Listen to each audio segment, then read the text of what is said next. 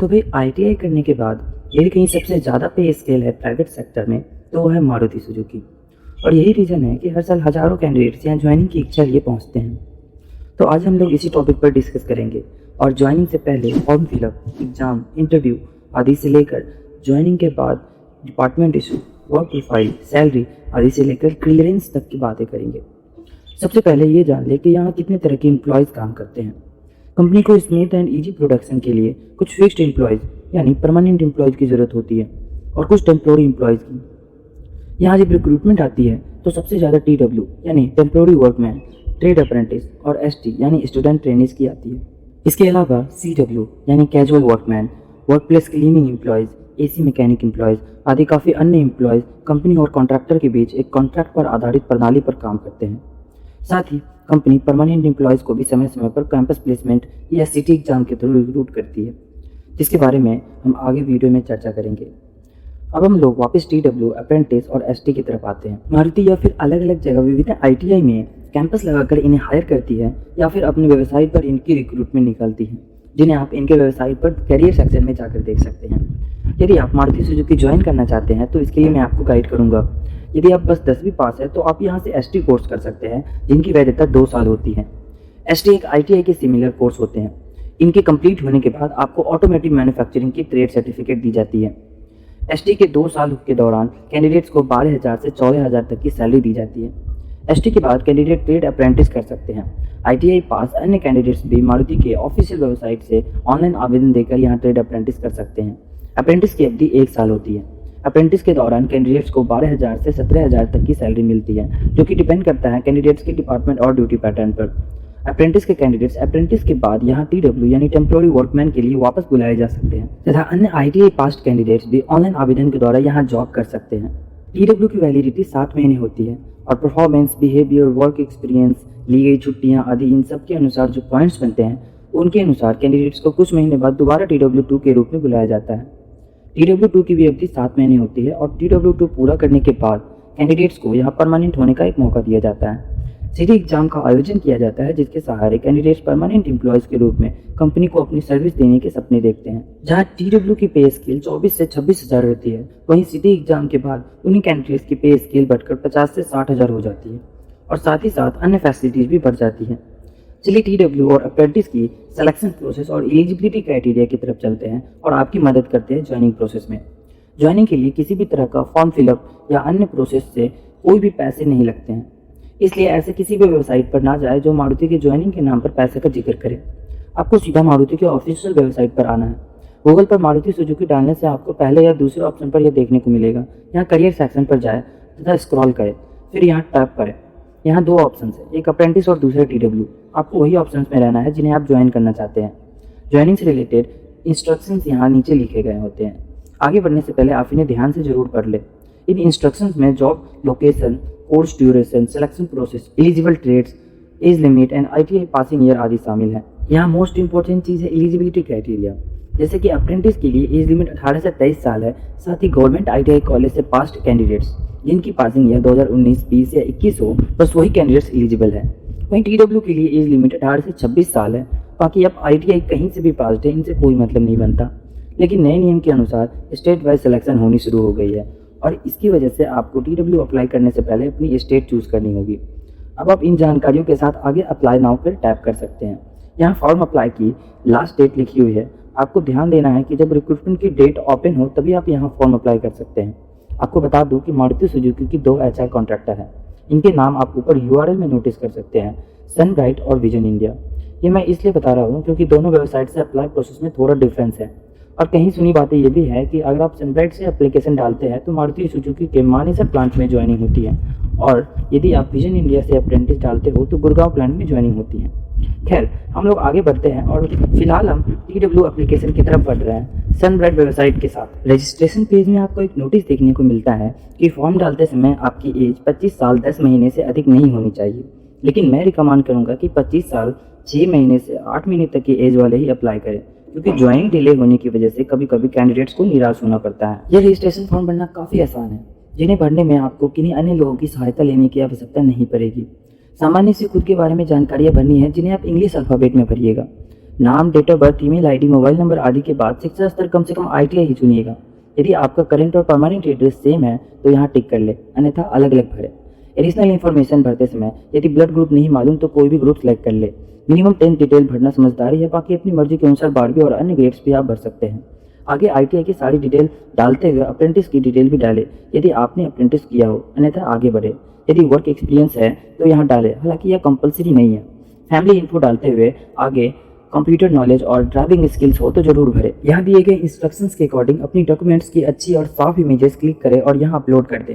नीचे लोकेशन में अपनी डिस्ट्रिक्ट लिख दें और यहाँ टिक कर दें और रजिस्ट्रेशन पूरा कर ले।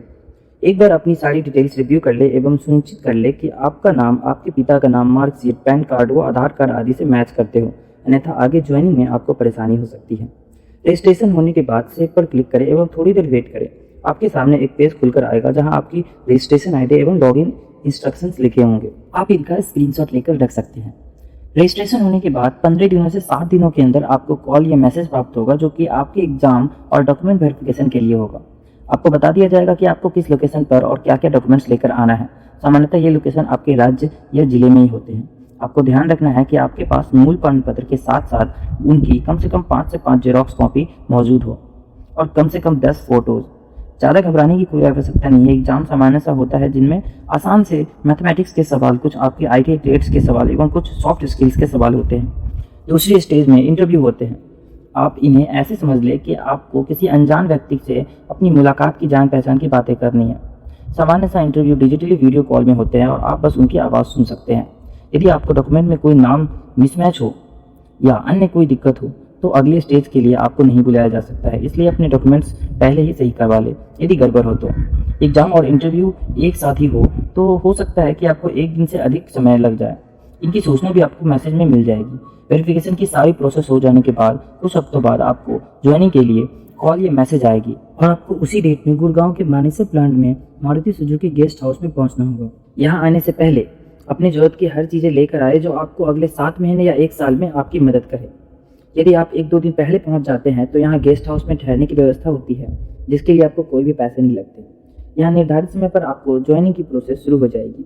बायोमेट्रिक टेस्ट, कुछ डॉक्यूमेंट टेस्ट और कोविड-19 की वजह से RT-PCR टेस्ट, ये तीनों टेस्ट होने के बाद अगले दिन आपको आपके मोबाइल पर ज्वाइनिंग कन्फर्मेशन मैसेज आएगा जिसमें आपको प्लांट लोकेशन और टाइम भी लिखी होगी जहां आपने सारे डॉक्यूमेंट लेकर पहुंचना है। और हाँ, RT-PCR टेस्ट के लिए आपको 300 से 500 रुपये लिए जाएंगे, जिन्हें ज्वाइनिंग के बाद आपकी पहली सैलरी के साथ वापस कर दिए जाएंगे। आपकी सेफ्टी का ध्यान रखते हुए कृपया मास्क पहनकर ही जाए और मोबाइल में आरोग्य सेतु ऐप इंस्टॉल कर रखें, क्योंकि इनके बिना आपको एंट्री मुश्किल है। यहाँ ज्वाइनिंग की फॉर्म फिलअप होगी। यदि आपके पास सैलरी अकाउंट ना हो तो यहाँ सैलरी अकाउंट खुलेगी। सामान्य सा नाम मात्र मेडिकल चेकअप होगा और आपको यूनिफॉर्म तथा सेफ्टी शूज दिए जाएंगे तथा आपको डिपार्टमेंट बतलाए जाएंगे। यहाँ ध्यान रखने वाली कुछ बातें सुन ले। HR डिपार्टमेंट वाले काफ़ी बदतमीज लोग हैं और कुछ बुरे शब्दों से आपकी कॉन्फिडेंस लो करने की कोशिश करेंगे, तो आपको यहाँ ध्यान रखना है कि ज्वाइनिंग के बाद आपका इनसे कोई ताल्लुक नहीं है, इसलिए सामान्य सा रहिएगा और शोरगुल नहीं मचाइएगा ताकि इन्हें अपशब्द करने का मौका ना मिले। यहाँ एक पूरा दिन आपको गुजरने वाला है और इनके साथ आपको रहना है, तो ज़्यादा पैनिक ना हो, सबकी ज्वाइनिंग हो जाएगी। डिपार्टमेंट मिलने के बाद अगले ही दिन आपकी ट्रेनिंग आपके डिपार्टमेंट में होगी। यहाँ डिपार्टमेंट ढेरों सारे हैं पर मुख्य रूप से 6 तरह के होते हैं। पहला कास्टिंग शॉप, जहाँ रॉ मटेरियल पिघलाकर उसकी कास्टिंग की जाती है, जैसे सिलेंडर हेड, क्रैंकशाफ्ट आदि। दूसरा प्रेस शॉप, जहाँ व्हीकल फ्रेम बनते हैं। तीसरा वेल्ड शॉप, जहाँ व्हीकल पार्ट्स आपस में वेल्ड किए जाते हैं। चौथा पेंट शॉप, यहाँ व्हीकल पार्ट्स पेंट तथा पॉलिश किए जाते हैं। पांचवा मशीन शॉप, यहाँ इंजन के डिफरेंट पार्ट्स मशीनिंग और फिनिशिंग किए जाते हैं, जैसे मिलिंग, ग्राइंडिंग, टर्निंग, लैपिंग आदि। छठा असेंबली शॉप, जहाँ व्हीकल पार्ट्स आपस में असेंबल किए जाते हैं। इंजन शॉप में स्पेशली इंजन के पार्ट्स असेंबल किए जाते हैं। आपकी डिपार्टमेंट आपके ट्रेड्स के अकॉर्डिंग भी हो सकती है या फिर नहीं भी। ट्रेनिंग पूरी होने के बाद आपको अलग अलग कामों के लिए भेजे जाएंगे, जहां पहले से काम कर रहे ऑपरेटर आपको काम की पूरी जानकारी देंगे। रजिस्ट्रेशन से डिपार्टमेंट तक का सफर ही थोड़ा घबराहट सा होता है, लेकिन इसके बाद कैंडिडेट्स को बस अपनी पहली सैलरी का इंतजार होता है। मैं यहाँ आपको TW और अप्रेंटिस कैंडिडेट्स की सैलरी स्लिप दिखाऊंगा, लेकिन सैलरी स्लिप देखने से पहले आपको working schedule, leave, holiday, shift change, canteen service आदि को समझना होगा। सबसे पहली बात यह कि यहाँ ड्यूटी पैटर्न 3 शिफ्ट में चलती है, जो A, B और C शिफ्ट है। इनकी ड्यूटी आवर्स और टाइम आपको स्क्रीन पर दिख रही होंगी। A और B शिफ्ट के ड्यूटी आवर्स में 2 चाय और 1 लंच या डिनर की टाइम होती है, जबकि C शिफ्ट में 2 चाय और 1 दूध की टाइम होती है। टाइम आपको स्क्रीन पर अंकित है। यहाँ के स्नैक्स और खाने में ढेरों आइटम्स परोसे जाते हैं, इतनी मैं गिना नहीं सकता। हालांकि चाय की क्वालिटी प्रशंसनीय नहीं है। सेफ्टी और फाइबर्स का यहाँ हाई ध्यान रखा जाता है और इसी इंस्ट्रक्शंस के अकॉर्डिंग आपको safety helmet, apron, gloves, safety goggles, ear plugs आदि समय समय पर प्रोवाइड कराए जाते रहेंगे। बाकी चीज़ें आपको यहाँ आने पर पता चलती रहेंगी धीरे धीरे। चलिए अब सैलरी स्लिप को समझते हैं।